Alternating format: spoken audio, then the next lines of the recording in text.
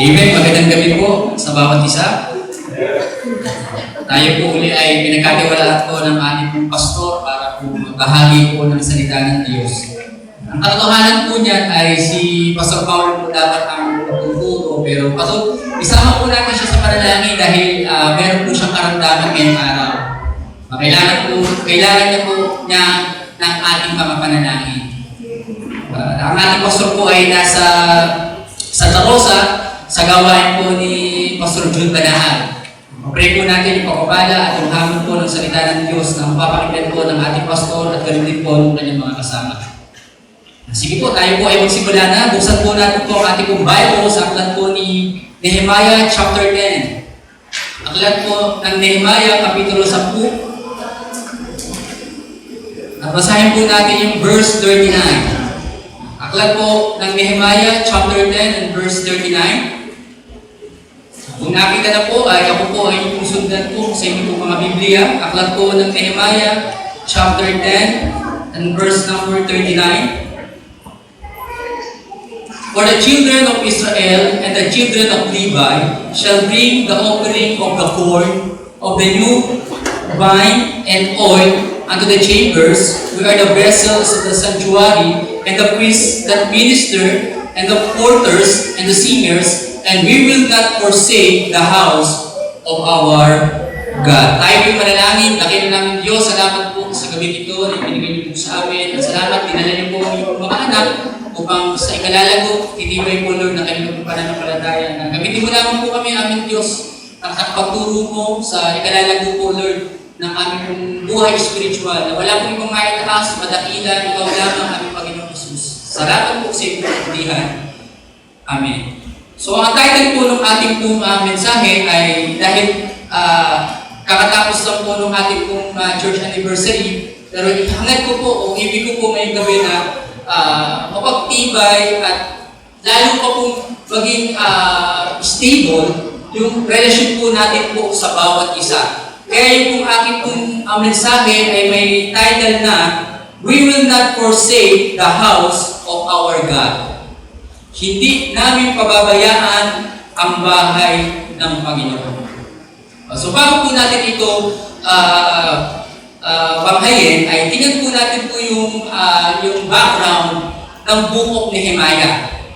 Ang tema po ng Book of Nehemiah ay rebuilding and restoration of the wall and the house of our God.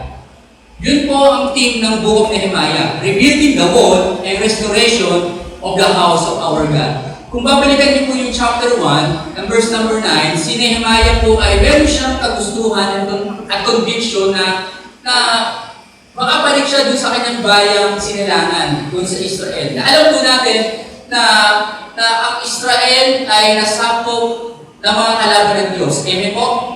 Nasakop sila ng mga kalaban ng Diyos. At bilang parusa sa kanila, diba, lahat ng kayamanan doon ay kukuhain ng kanilang mga kaaway. Diba? Kaya nga po, diba, sila Daniel, nakita sa inyong mga kaibigan, diba, napunta sila sa lugar ng Babylon, kasi kasama yun sa consequence na ginawa nila dahil sa pagsumay nila sa ating Diyos. Diba? Yung kanilang wall, yung kanilang bahay sa bahan ay giba. Nakukuha po natin, yun ang kanilang sitwasyon. Kaya nga po si Nehemiah, ang trabaho niya ay cupbearer. Alam po natin, nabanggit na po ito ng ating pastor, o sinabi po natin cupbearer, diba, siya po yung unang tumitikim ng pagkain ng hari. Para masigurado na kung meron mang gustong pumatay dun sa hari, siya muna ang unang mamamatay. Kasi yung paraan ng mga kalaban noon po, diba, sa pagkain nila, nilalaso nila ang mga hari. Kaya nga po si Nehemiah at yung hari ay sobrang magkalapit. Lagi sila nag-uusap. Kaya nga po, pinakita ng Diyos sa puso ni Nehemiah na siya ang gagamitin to build and restore the wall and the house of our God.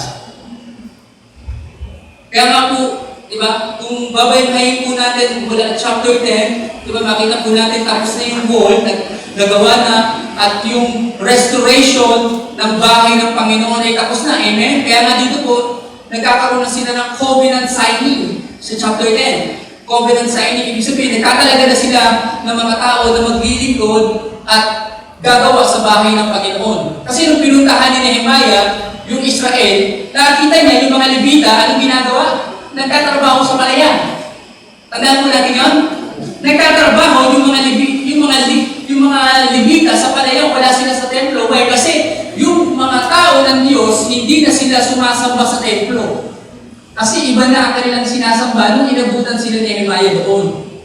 Makapagano na sila, mga idols na yung kanilang sinasamba. Kaya nga sa pagbalik ni Nehemiah doon, nanindigan siya, tumayo siya sa pangalan ng Panginoon na we will build the wall and we will restore the house of our God. Yun po ang nangyari. Amen po, yun po ang nangyari sa pagpunta ni Nehemiah at tagampanan niya naman po ng maayos yung kanyang pagpunta doon sa lugar po ng Israel. Na ganoon din po sa atin. Di ba? Mahalaga po ang church. Amen po? Church is not just a building. Ano ba ang mahalaga ng church sa ating buhay? Ang church po ay lugar kung saan tayo ay nakakasamba sa ating Panginoon. Amen po? Lugar ito na dito mo sinasamba ang Panginoon. Kaya nga hindi pwede, hindi ukubra na sa bahay na lang ako sasamba. Diba? Kaya nga nilagay yung church para dito ka pumunta. Kasi hinahanap ng Diyos yung pagsamba mo sa kanyang bahay-sambahan. Pangalawang bagay, dito ka nilagay ng Panginoon. Ano sabi ng Acts chapter 2, number 47, the Lord added the church daily yung maliligtas doon.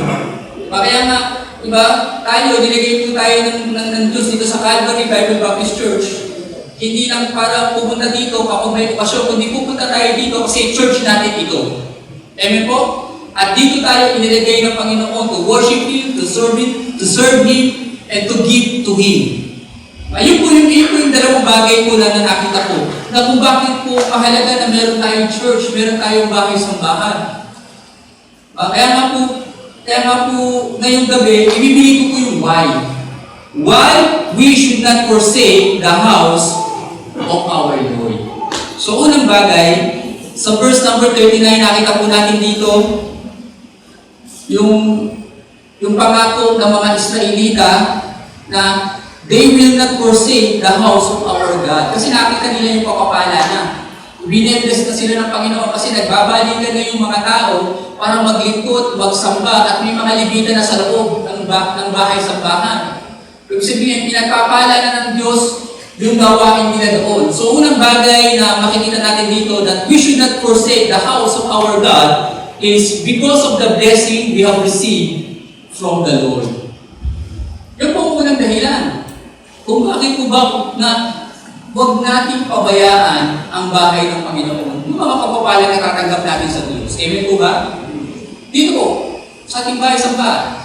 Wala pong magtataas ang kamay dito na simula nang dumalaw ako dito, simula nang naging member ako dito, hindi ako pinapala ng Panginoon. Meron po bang magtataas ang kamay? Wala. Kasi ikaw mismo sa sarili mo, alam mo na simula nang naging bahagi ka ng Calvary Bible Baptist Church, malaki ang nabago sa buhay mo. Pinagpala ka ng Panginoon. Hindi po dito pinag-uusapan ay material lamang. So, pati yung buhay mong spiritual, yung kasiyahan mo sa Panginoon na maglingkod ka, di ba pagpapala kung matatawag yun? Amen po? Diba? Na lahat tayo ay may blessing. Yung papunta pa lang po natin dito na Sunday morning, Lord, salamat, nakasamba ako.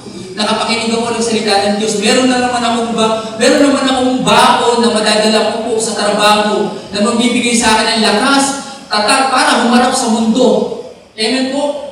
Napapapala na matatawag po natin na tayo po ay nabilang sa bahay po ng ating Diyos. Na ganun din po sa mga tao po noong panahon po ni Nehemiah. Di ba? Malaking pagpapala sa kanila po na na-restore o muling nasa ayos ang bahay ng Panginoon. Alam niyo po, balikan po uli natin yung naging problema nila doon sa house of our God. Si Ezra, Scriba. Diba? Nung pagpunta po nila dun sa templo, hinahanap nila yung book ni Moses. Hindi nila makita kahit saan. Amen po? Kasi gusto nila simulan doon yung yung restoration. Kailangan nila yung Word of God para yung mga tao makalakas, makatibay, at makapanumbalik sa ating Diyos. Ano yung po sa nila nakita? Yung book ni Moses. Doon sa pinakatatawang lugar na templo. Diba? Kaya nga po nung nakita nila yung tuwa-tuwa sila, eto na ang simula ng pagpapala ng Diyos sa ating buhay sapagkat nandito na ang salita ng Diyos. Na sa ating buhay ay malaking bahagi po ang salita ng Diyos. Kung bakit po tayo ay nagkaganito. Amen po? Maaari ang iba po sa atin ay may mga gagawin pa ngayong gabi pero pinili mo mag-church. Amen po? Marami kang gawain, naiintindihan po yun ang ating Panginoon pero because you understand that the blessing of the Lord ay nasa kanyang bahay-sambahan, pumarito ka at handa kang makinig ng salita ng Diyos. Tingnan naman po natin po si Jacob. Genesis chapter 35, verses 1 to 3. Genesis chapter 35, verses 1 to 3. And God said unto Jacob, Arise, go up to Bethel, and dwell there, and make there an altar unto God, that appear unto thee, when thou feedest from the face of Esau thy brother. Number 2, Then Jacob said unto his household, and to all that were with him, Put away these strange gods that are among you, and be clean and change your garments. Number 3, Let us arise and go up to Bethel, and I will make there an altar unto God, who answered me in the day of my distress, and was with me in the way which I went. Ito niyo po dito si Jacob. Ito yung unang encounter niya sa Panginoon. Amen po ba? Nakilala niya ang Panginoon sa lugar ng Bethel, the house of our God. Umalis siya ng Bethel. Alam niyo po, ilang taon yung nagdaan bago siya nakabalik ng Bethel. Di ba dito po, sa chapter 35, may asawa na siya, at mga anak. Sino sinasamba ng kanyang mga mahal sa buhay? Strange gods, ibang mga Diyos. Kaya nga alam ni Jacob na mali yung kanilang pagsamba. Kaya nag-decide siya na bumalik siya sa Bethel. Kasama ng kanyang pamilya. Kasi alam ni Jacob na yung Bethel o yung house of the Lord ay nandun ang pagpapala na una niyang nakita nung siya ay kinatakbo ng ating Panginoon. Doon sa lugar na yun. Maraming pagpapala ang naganap sa kanyang buhay. Sumala nung napunta siya sa Bethel. Amen po? Diba? Nung nagtrabaho siya din sa kanyang binan na si Laban, mabagamat niloko siya ng kanyang binan. Diba? Na hindi binigay muna yung gusto niya, pero habang nandun siya kay Laban, dumadami yung ari-arian ni Laban. Amen? Kasi nakilala niya ang Panginoon dun sa bahay-sambahan, kaya binili siya ng Panginoon pati yung mga kasama niya doon. At sa chapter 35, ito na yung realization na nangyari sa buhay ni Jacob. We will go back into the house of our Lord sa Bethel. Kasi doon kami binibless ng Panginoon. Kaya nga po, tayo po, bilang mga anak ng Diyos, God wants to bless His people. If we shall not be moved kung nasaan ang pagpapala ng Diyos. Kung tayo po ay hindi magiging makilos, if we are not shall be moved sa mga pagpapala ng Panginoon, i-bless pa tayo ng ating Diyos. Ibibigay niya yung blessing, ibibigay niya yung provision ng ating Panginoon sa pamamagitan ng kanyang church. Kaya nga, diba, huwag lang tayong makilos. Manatili tayo kung nasaan ang pagpapala. Kaya nga po, if we miss out every church services, we will definitely miss out God's blessing. Yun po ang paraan ng Panginoon. Maulitin ko po, hindi lang po material po ang pinag-uusapan po dito. Ang pagpapala ng Diyos ay maaaring spiritual o may mga bagay na hindi masayod ng pera o ng mga bagay ng mundo. Kaya nga, if we miss out every church services, we will definitely miss out God's blessing. Lahat po tayo. Lahat po tayo gusto po natin ng pagpapala. Amen po? Lahat po tayo gusto po natin yan. Pero para makuha natin po yung pagpapala ng Diyos, kailangan nandito tayo. Pumaparito tayo sa bahay ng Panginoon at ipapakita niya yung pagpapala na kailangan mo at kailangan ko po sa aking buhay.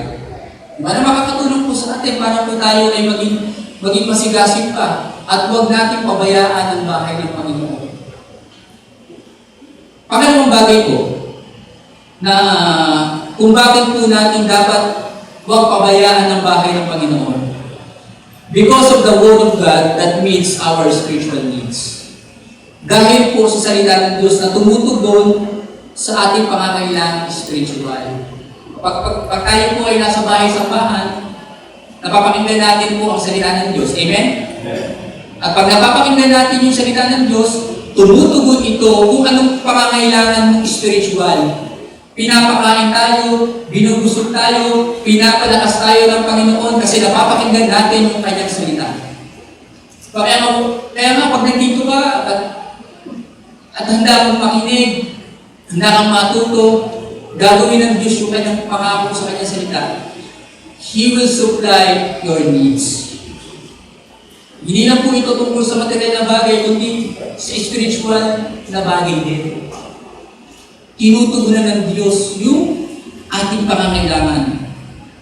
God uses His church to provide our spiritual needs. Ginagamit ko po ang bahay-sambahan para matugunan po yung ating mga pangangailangan. Yeah. Without it, kung wala ang bahay ng Panginoon, our spiritual life will be weak or die eventually.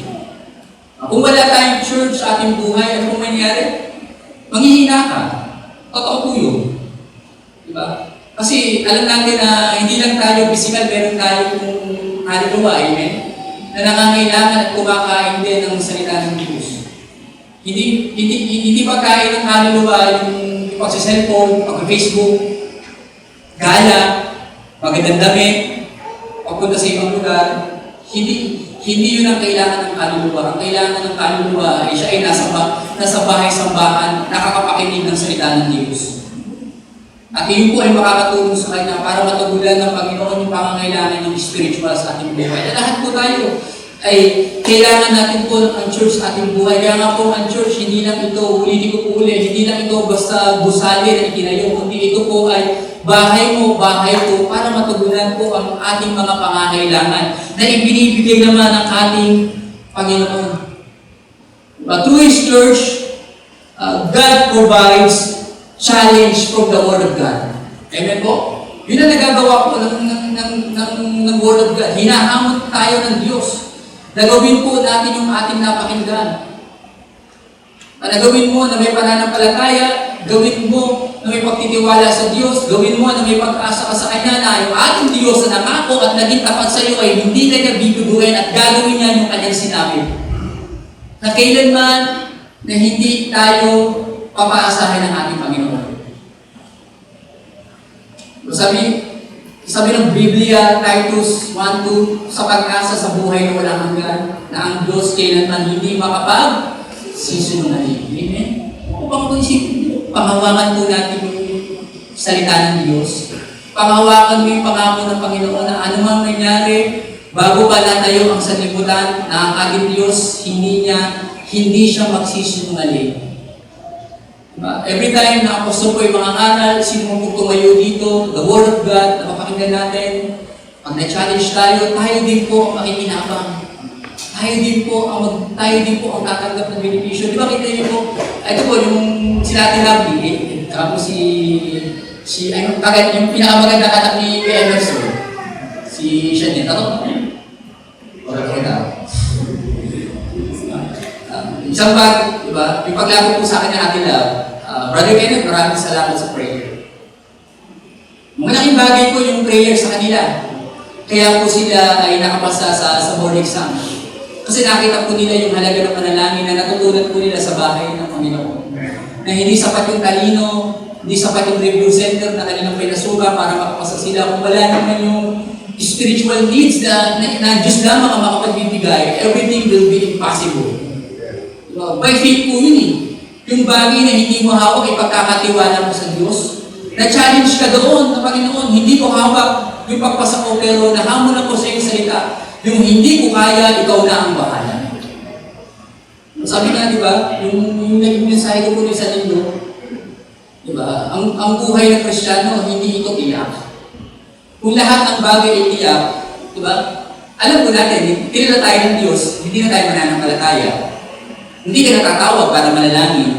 Hindi ka na mag-church para sumamba. Kasi lahat ng bagay gusto mo tiyak. Gusto mo lagi nangyayari sa gusto mo. Salamat sa Panginoon.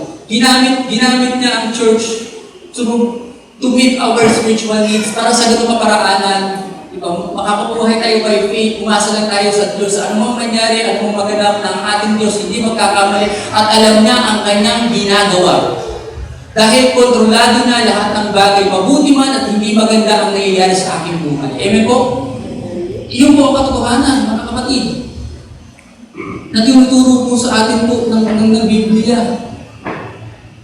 Diba? Na ang needs po natin ay patungkol po sa spiritual na bagay ay napakahalaga. Ito po, gusto ko lang po isingin ito.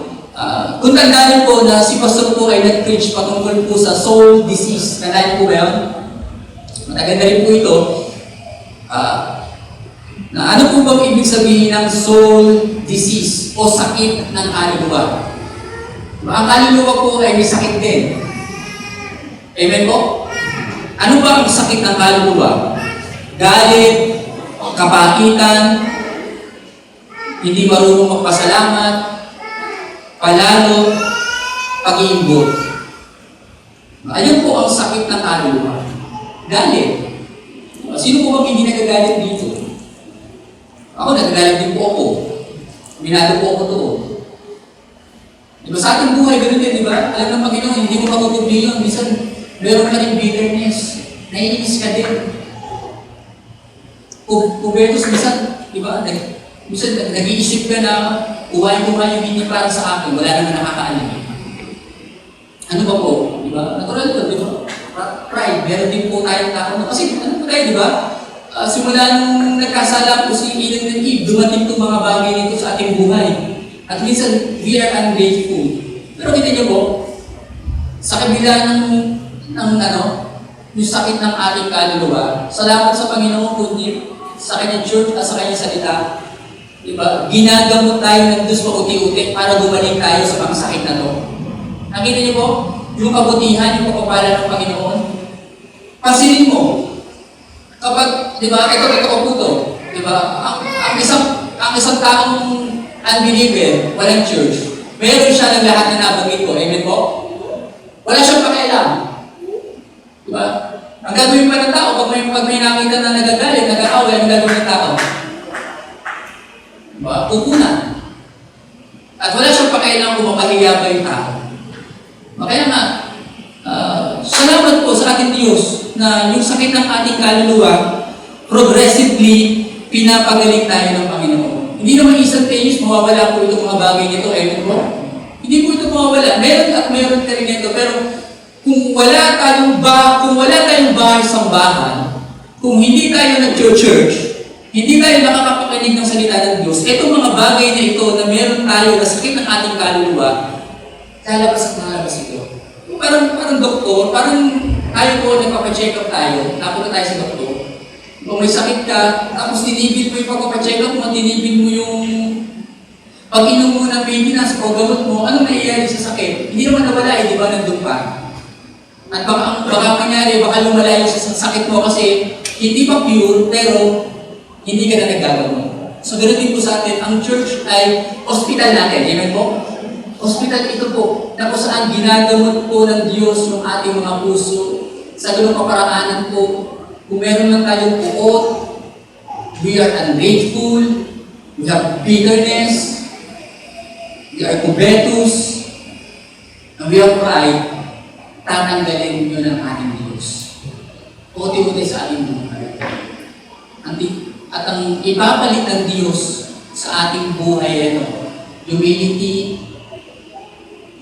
meekness, lowly, Ano ba? Pagtitiwala mo sa Diyos.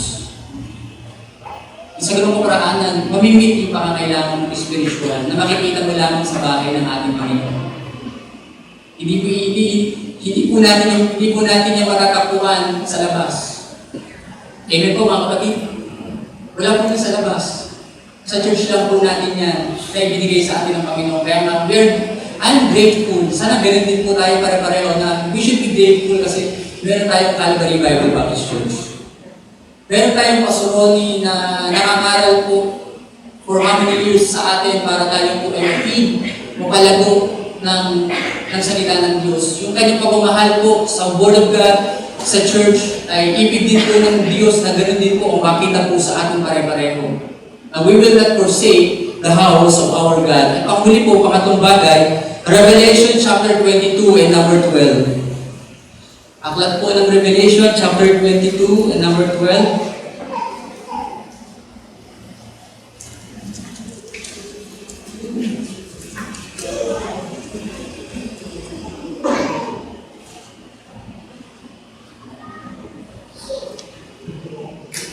And behold, I come quickly, and my reward is with me, to give every man according as his work shall be. Pakatong bagay po na kailangan po natin that we should not forsake the house of our God because of His promise that He will come again. Amen po? Ngayong gabi, diba, kung meron man pong lugar kung saan ang Diyos ibig niya matakbuhan niya ang kanyang mga anak sa muli niyang pababalik, ano pong lugar yun? Ito po yung kanyang bahay sa bahay. Isipin niyo po, dumating ang Panginoon, lahat tayo nakakasamba. Lahat tayo ay nakikinig ng kanyang salita. At ano po pangako po ng Panginoon sa kanyang muling pababalik? And my reward is with me to give every man as his work shall be. Bibigyan po ng gantimpala ng ating Diyos lahat ng ating ginawa sa Kanya. Kaya nga po yung hamon sa 1 Corinthians 15:58, nakalagay po dun ay, finally, brethren, be steadfast, unmovable, always abounding in the work of the Lord, for as much as you know that your labor is not in vain in the Lord. Amen po? Challenge po yun sa atin po pare-pareho na tayo po ay maging matibay, steadfast, unmovable, hindi magalaw, sumasagana sa gawa ng Panginoon. Sapagkat nalalaman po natin na yung ating pong pagpapagal, yung ating pong ginagawa ay ito po ay may kabuluhan po sa ating Diyos. Lahat ng ating pagbibigay, lahat po ng ating pagsasakripisyo, alam po yan ng ating Diyos. Amen po? Yung papunta po natin dito, bagamat mainit ang panahon, iba na talagang makalimited po sa ating mga elderly ay battle ito sa kanila. Pero salamat po aming Diyos na nakita mo sa kanila na may reward sila na matatanggap sa kanilang katapatan sa pagsamba sa iyo. Yan po, di ba? Yung blessing ng Diyos sa buhay po natin pare-pareho. Na meron tayong church at meron ang ating Panginoon ay nangako na babalik siya. At bibigyan niya po ng gantimpala lahat ng ating pagpapagal sa ating buhay. Kaya po, huwag lang natin pabayaan ang bahay ng Panginoon. Ano man ang goal nito, ano man ang nais maabot ng ating church, through our pastor, hanggang ng Panginoon yung ating pagsuporta, pagmamahal. At higit sa lahat ay nandun tayo magbibigay yung loyalty. Amen po? Yung loyalty natin sa man of God ay maibigay natin po. Kasi po ang ating Diyos ay nais yun sa bawat isa po sa atin. Bilang po. Tutuloy po ba natin ang service? Salamat po sa Panginoon talagang for the word of God is sweet and powerful than any two-edged sword. Ang salita po ng Diyos sa ating pong napakinggan, ano bang mangyari, sabi po ng Bible, thy word is not bound. Amen? Hindi mawawala kabuluhan po ang salita po ng Diyos na patuloy po natin po napapakinggan.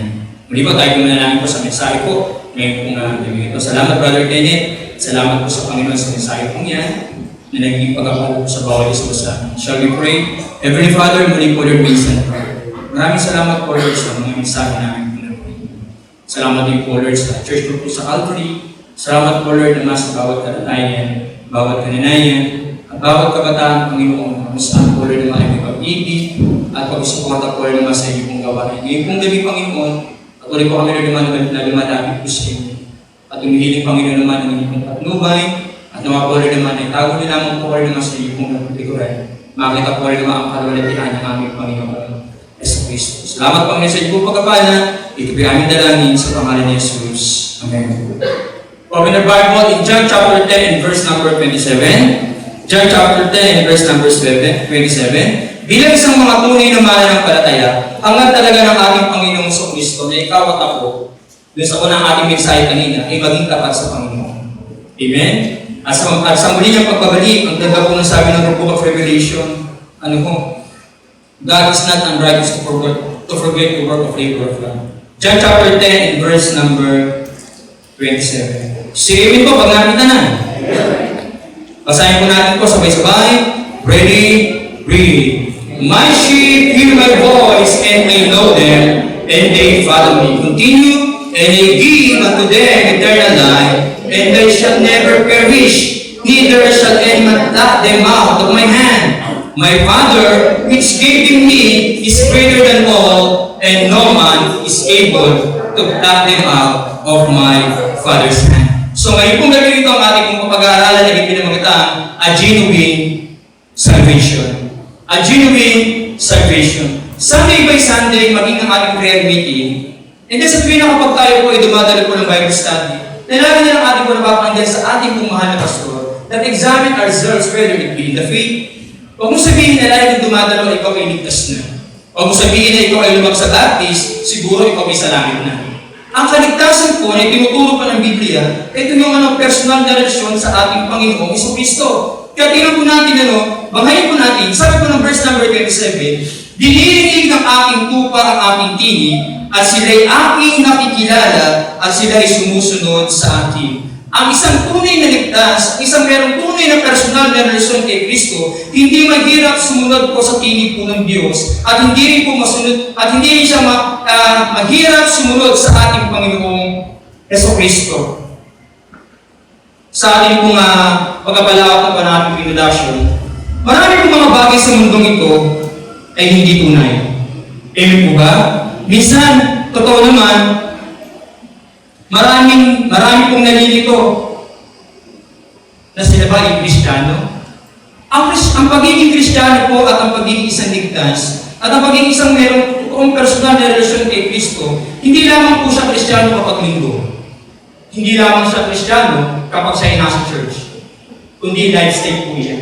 Amen? Ang isang tao na nampalataya sa ating Panginoon Kristo, hindi lamang po Sunday by Sunday siya ay Kristiyano, kundi po araw-araw.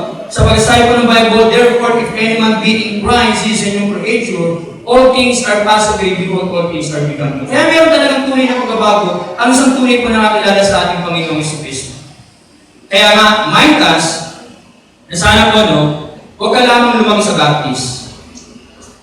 Lalo ba kailangan, na sinasabi ko na, ang family ko naman ay sa baptist, dumadalo naman kami every Sunday, sumusuporta naman kami sa gawain ng Panginoon, nagbabasa naman ako ng Bible, meron din naman akong prayer, nagbibigay din naman ako.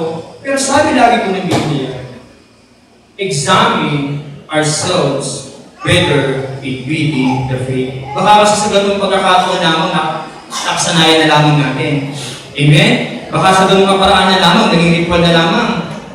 Kaya nga po, ano ba ang pinagbabatayan o basihan po ang tiyak na kaligtasan? Tingnan po natin, John chapter 3 and verse number 18. John chapter 3 and verse number 18. Ano ba yung pinagbabatihan o basihan ng isang tiyak po ng kaligtasan?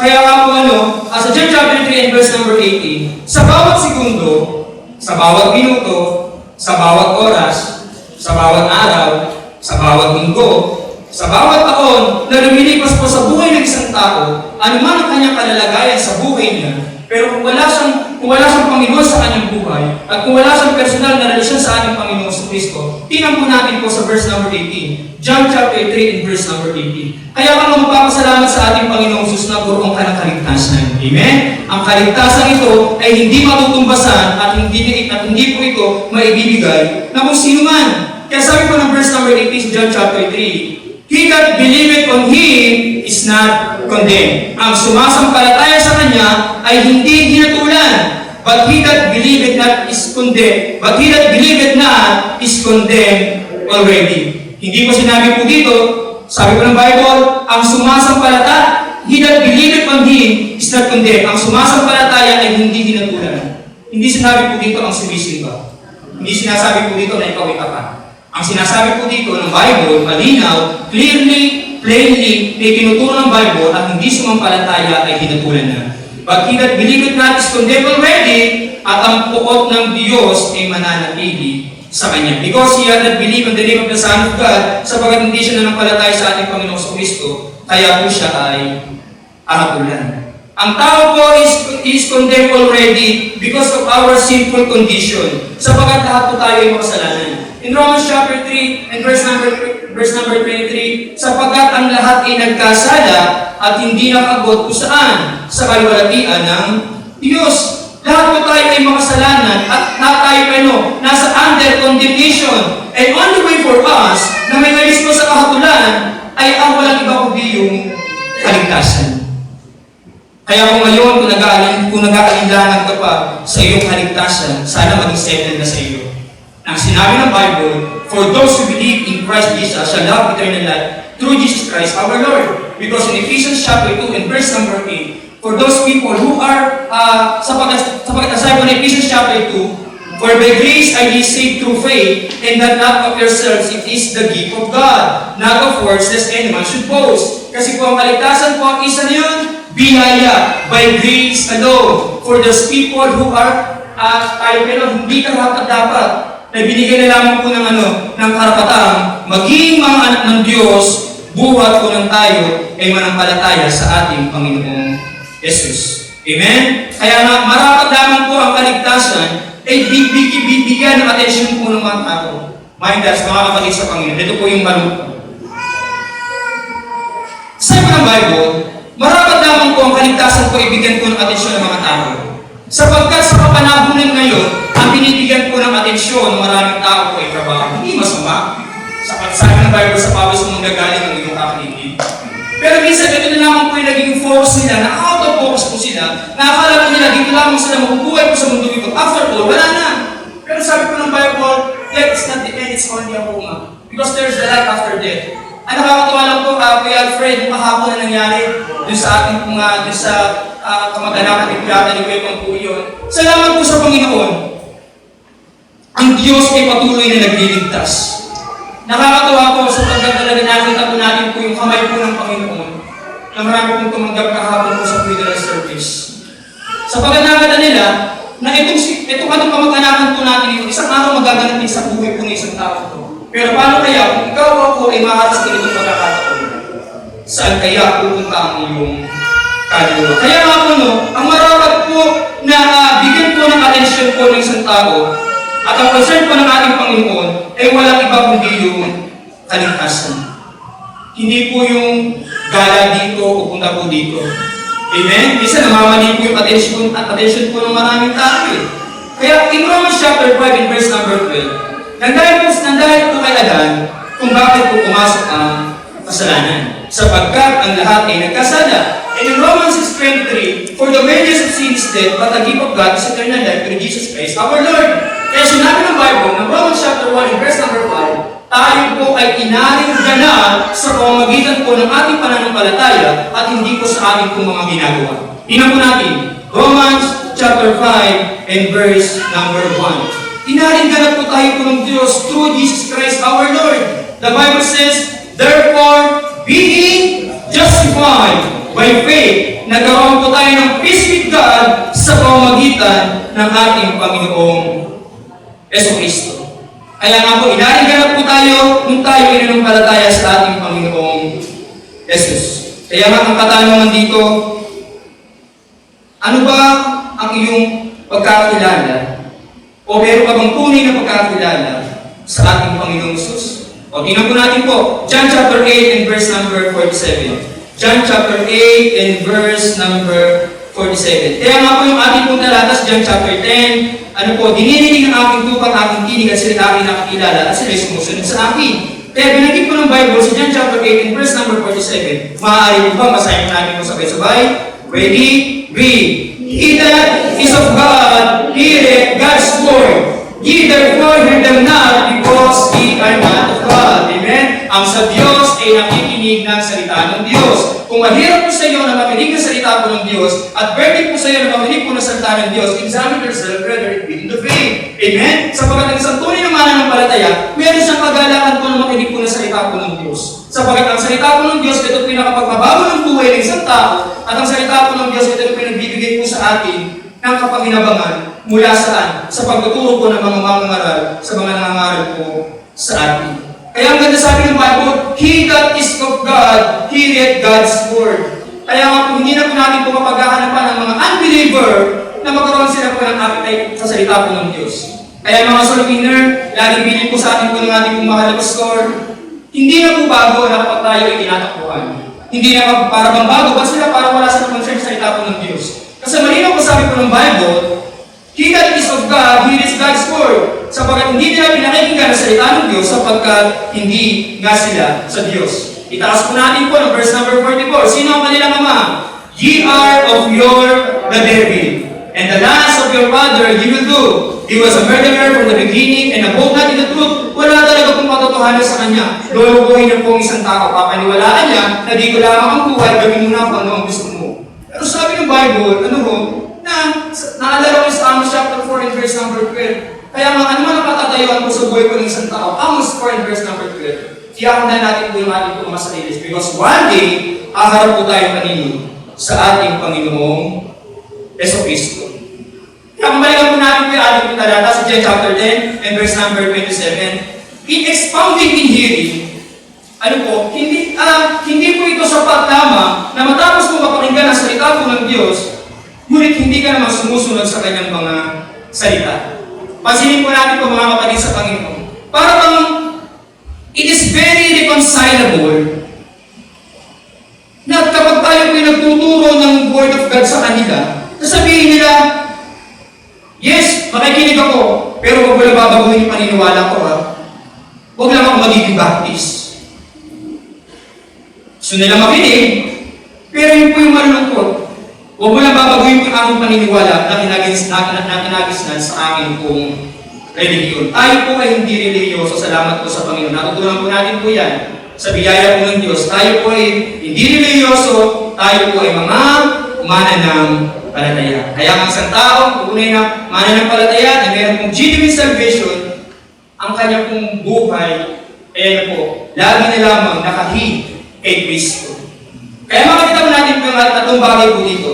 The definite promise of salvation. Doon sa ating pong talata po natin kung binasa, the definite promise of salvation, ito po yung eternal life. Yung eternal life po, ulitin po natin mga kapatid sa Panginoon, hindi po yan kayang ibigay ng relihiyon.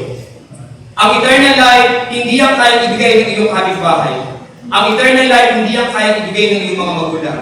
Only Jesus Christ that can give. Amen? Kaya the definite promise of salvation, mula tayo pinanampalataya sa ating Panginoong Jesus, iyak talaga na meron tayo pong buhay na wala hanggan. Minsan po ba na ating pong na-encounter, mga kapatid sa Panginoon, sinasabi po nila, mga Baptist, parang nayabang mo naman. Kayo lang ba ang ligtas? Buhay pa kayo nakatitiyak na kayo, sa langit kayo pupunta? Para bang inatatwa pa tayo na para bang tayo pang mayabang? I-vice versa po natin po sa kanila. Sino po kaya ang mayabang? Kasi isang araw, nasumpungan tayo ng Panginoon. Amen? Sabi po ng Bible, Luke 19:10, For the Son of Man is come to seek and to save that which was lost. Tinamin po natin po na tayo po yung mga makasalanan. Amen? Ang isang tao na hindi niya kaya aminin na siya hindi siya makasalanan at hindi niya kailangan ng Panginoon, yun ang mayabang. Amen? Kaya sa buhay po natin, salamat po sa Panginoon, hindi po tayo binigyan po ng hard-hearted. Binigyan po tayo po ng Diyos ng puso pong laman. Na salamat po sa Diyos, nasumpungan po tayo ng ating Panginoong Jesucristo. Amen? Kaya po tayo nagpakumbaba sa harapan po ng Diyos. Sabi ng John 1:12, ngunit ang lahat na sa kanay tumanggap. Wow! Binigyan sila ng karapatang maging mga anak ng Diyos sa makatuwid ay sumampalataya sa kanyang pangalan. Amen? Namumupahan ka man ngayon? Salamat sa Panginoon, ako ay anak ng Diyos. Amen? Simple ka mang mamuhay bilang isang Kristyano. Yun na lang promise ng Diyos. Salamat po, meron akong eternal life. Amen? Na hindi yan kaya ibigay ko sa libutan. Because the Bible says, in Mark chapter 8, verse number 36, for what shall it profit a man if he shall gain the whole world and he lost his own soul? Ano po magpapalit na sa kanyang kaluluwa? Kaya yung pangalawang bagay po natin, that there's only the definite promise of salvation, but the dependable person. Walang iba kundi ang ating Panginoong Jesucristo. Titus 1:2, sapagkat sa buhay na walang hanggan, na ang Diyos hindi makapagsisinungaling, buwat pa ng mga panahong walang hanggan. Bago pa lamang ipinapanganak, salamat po sa ating Panginoong Jesucristo, na kilala na tayo po ng Diyos. Amen? Salamat po sa Lord. Huwag mong sisihin kung sino naging mga magulang mo. Kung hindi yan ang naging magulang mo, hindi ka maliligtas. Amen? Kaya salamat sa Panginoon, biyaya din po ng Diyos. Kung yung magulang mo nasa gawain din po ng Panginoon. Kumbaga, yung kagalakan po na hindi kayang masayo. Sapagkat alam mo, sa araw mula ngayon, yung mga magulang mo din na nakakilala sa Panginoon, dumating man, yung tinatawag na kayo ay pinaglayo, isang araw, magkikita-kita kayo saan? Sa kalangitan. Amen? Kaya alam mo yun, na dependable person.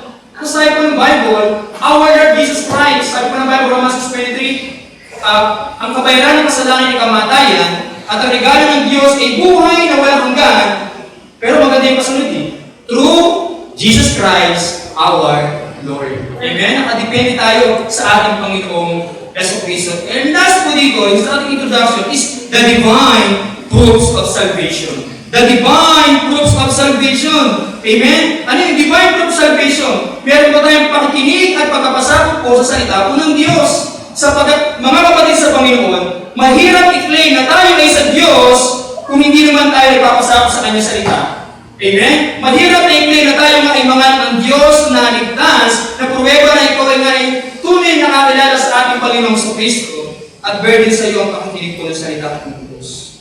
Kaya sa tatlong bagay po na ito, nakita po natin po yung the definite promise of salvation. Katiyakan talaga na ang sino mong sumampalataya sa ating Panginoong Diyos ay may buhay na walang hanggan. At meron po siya pag-ibig saan sa mga bagay po ng Diyos. Naalala ko lang po sa Colossians chapter 8, verse number 2, set your affections on things above, not on things on the earth. Isa, ang tao nakatingin lamang po saan?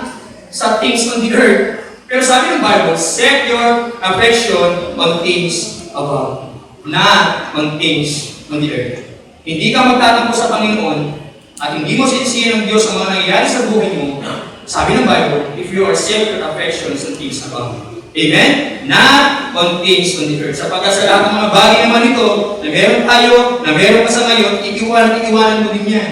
Ang tangi lamang kung magmamaterialize, ang tangi lamang kung mananatili ay yung mga ginawa mong paglilingkod sa Panginoon. Mabilis na bagay lang po ito, sa tatlong bagay po ito, the basis or the evidence of our salvation. Ano ba yung ating kong basihan? Ano ba yung ating pinangahawakan? Kung bakit nasabi mo na ikaw nga ay ligtas at ikaw ay sa pananampalataya. John chapter 5 and verse number 39. Sabi natin, John chapter 5 and verse number 39. Muli po natin basahin. Sabi po ng Bible, Romans 10:17, so then faith cometh by hearing and hearing by the word of God. John chapter 5 verse 39, ready, read, search the scriptures, for in them think ye have eternal life, and they are they which testify of me. Para po yung nakausap po namin po ng Kuya Ruben, yung pinasan ko po, yung nagagawa ko lang po, kumala ko sa kanya, sabi niya po sa akin, pinsan, nakataka kayo ng tatay mo, yung purpose mo doon, nagtuturo kayo ng salita ng Diyos. Pero ang pinsan, concern ako sa iyo. Ang sabi niyo po sa akin, siya sa atin mo. Alamin mo yung katotohanan. Huwag kang mag-close dyan. Bilang ang tanong ko sa kanya, pinsan, sabi ko po sa kanya, ikaw ba? Derek naman talaga, ikaw ba, pinsan? Nakasisigurado ka na ba sa langit kung yung kaluluwa sa kaluluwa ng puno kamatay? Walang nakasisigurado, walang nakakatiyak na. Kaya nga ako nagsasaliksik Kaya nga hindi ako nagpo-close Pero sabi ko sa kanya, malalaman mo lamang ko yung katotohanan sa John chapter 8 and verse number 32, and ye shall know the truth, and the truth shall make you free. So ang ating pong basihan, ang ating pong kaligtasan ay hindi sinabi po ni preacher. Ang ating pong basihan, ang ating pong kaligtasan ay hindi sapagkat tayo ay nanalangin po ng taimtim. Ang ating pong basihan, ang ating pong kaligtasan ay hindi sapagkat ikaw ay mabait. Ang ating pong basihan, ang ating kaligtasan ay walang iba, kundi ano ba ang sinabi ng salita ng Diyos. Na ang sumasampalataya sa anak ay may buhay na walang hanggan, at hindi sumasampalataya sa anak ay hindi makakita ng buhay, kundi ang buot ng Diyos ay mananatili sa Kanya. Kaya nga po ito po yung kaligtasan na itinuturo po ng banal na kasulatan. Alam naman po natin po yung 1 chapter 5, verse 11 to number 13. Nasabi po doon, and this is the record na tayo binigyan po ng Diyos ng buhay na walang hanggan, at ang buhay ito ay nasa Kanya. Ang kinaroroonan ng anak ay kinaroroonan ng buhay. At ang hindi kinaroroonan ng anak ng Diyos, hindi kinaroroonan ng buhay. Kaya sinabi ng verse number 13, for these things are written unto you, na kayo nananampalataya sa pangalan ng anak ng Diyos. Amen? Kaya nga po, no, sa ating po na mga kapatid sa Panginoon, walang kaya kong magtanggal ang ating pong kaligtasan. Wala pong kaya masabi namin kaligtasan mo kay babawiin na kasi nagkasala ka. Pero i-inject po ni Satan sa atin po na yung kaligtasan mo ay parang magdadawag ka. Pero ang kaligtasan is settled na eh. Once you are saved forever. Kasi sabi ng Bible eh. Amen? Kaya nga, sino mong sumampalataya sa Panginoong Jesucristo, salamat po sa Lord. Merong buhay na walang hanggan. And secondly, ano po yun? Ang basihan po natin, walang iba kundi yung Word of God. Kaya nga sinisiyasat po natin kung salita po ng Diyos. At pangalawang bagay, the witness of God. Ang nagpapatotoo po na tayo may mga anak ng Diyos, ay walang iba kundi yung banal na Espiritu.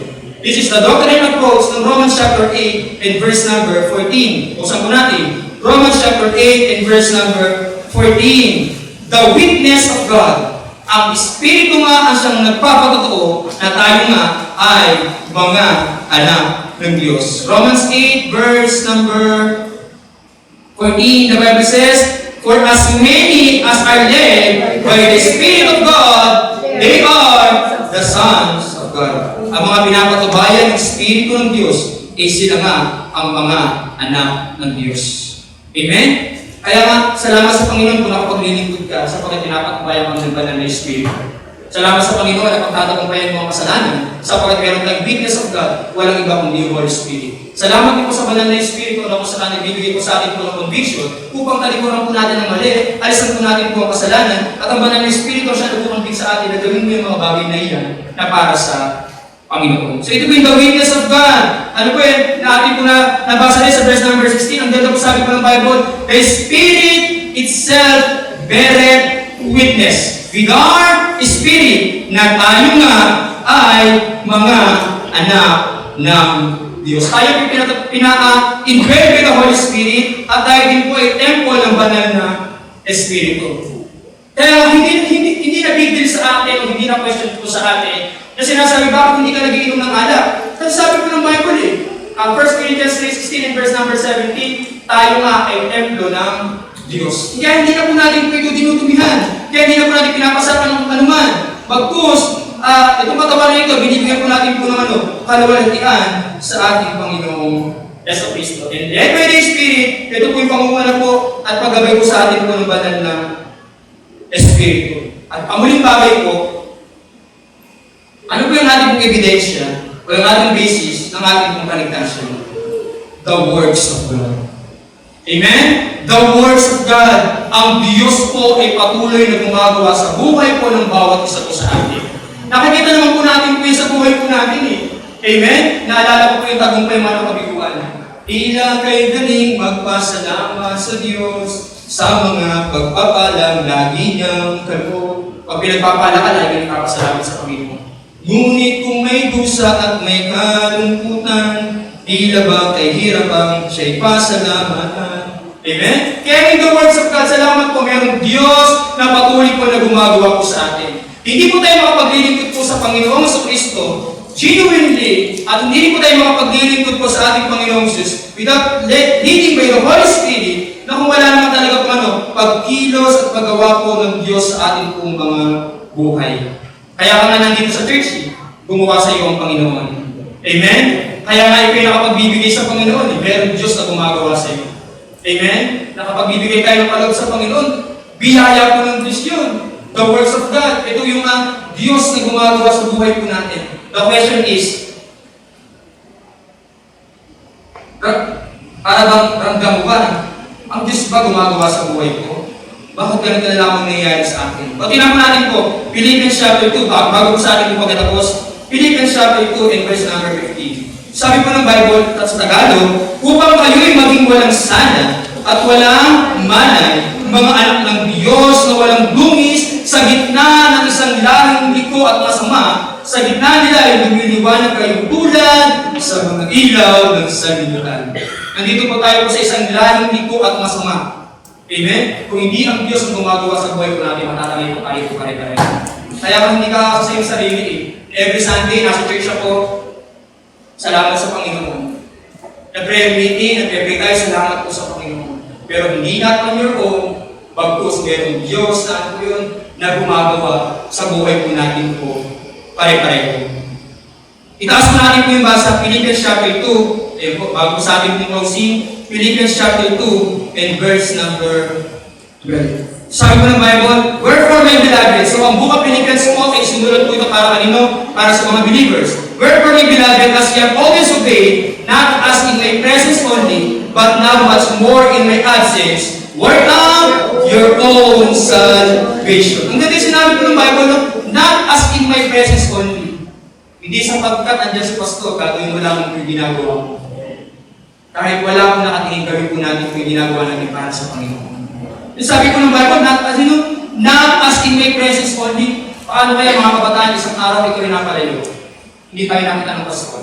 O walang lalabas sa atin. Tumingin ka sa kanan, tumingin ka sa kaliwa, tumingin ka sa baba, pero hindi ka doon tumingin sa taas.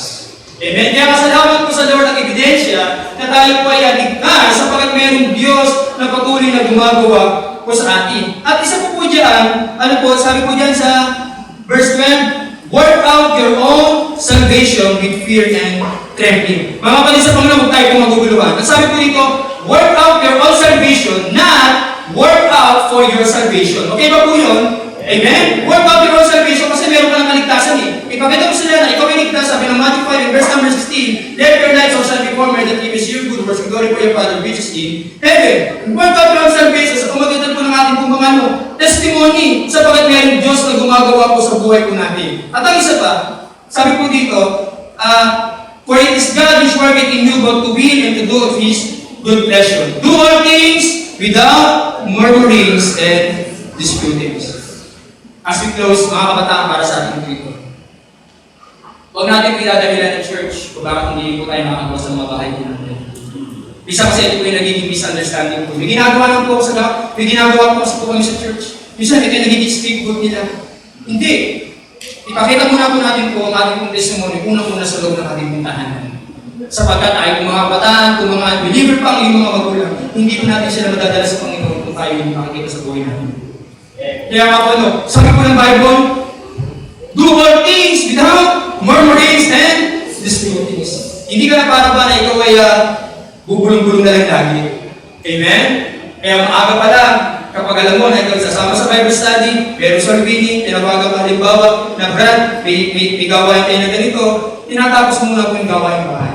Para at least kahit paano wala kayo mula po sa kaya itong bagay po ito, the genuine of salvation, ano po yung unang bagay po natin? Ano po yung ating basihan? Walang iba kundi yung salita ng Diyos. Dahil sa sinabi ng salita ng Diyos, aking po ito pinamawakan sa pamagitan ng pananampalataya. And secondly, the witness of God. Ang Espiritu rin na siya nagpapatuto na tayo nga ay mga anak ng Diyos. And lastly, the works of God. Salamat po sa Panginoon. Pero Diyos na gumagawa po sa buhay po natin po pare-pareho. Sapagkat, kung walang Diyos po na gumagawa po sa buhay po natin pare-pareho, paano na kaya po ang ating buhay Kristiyano? Tayo po manalangin po sa tingin po. Mahabaging Diyos, minsan pa marami pong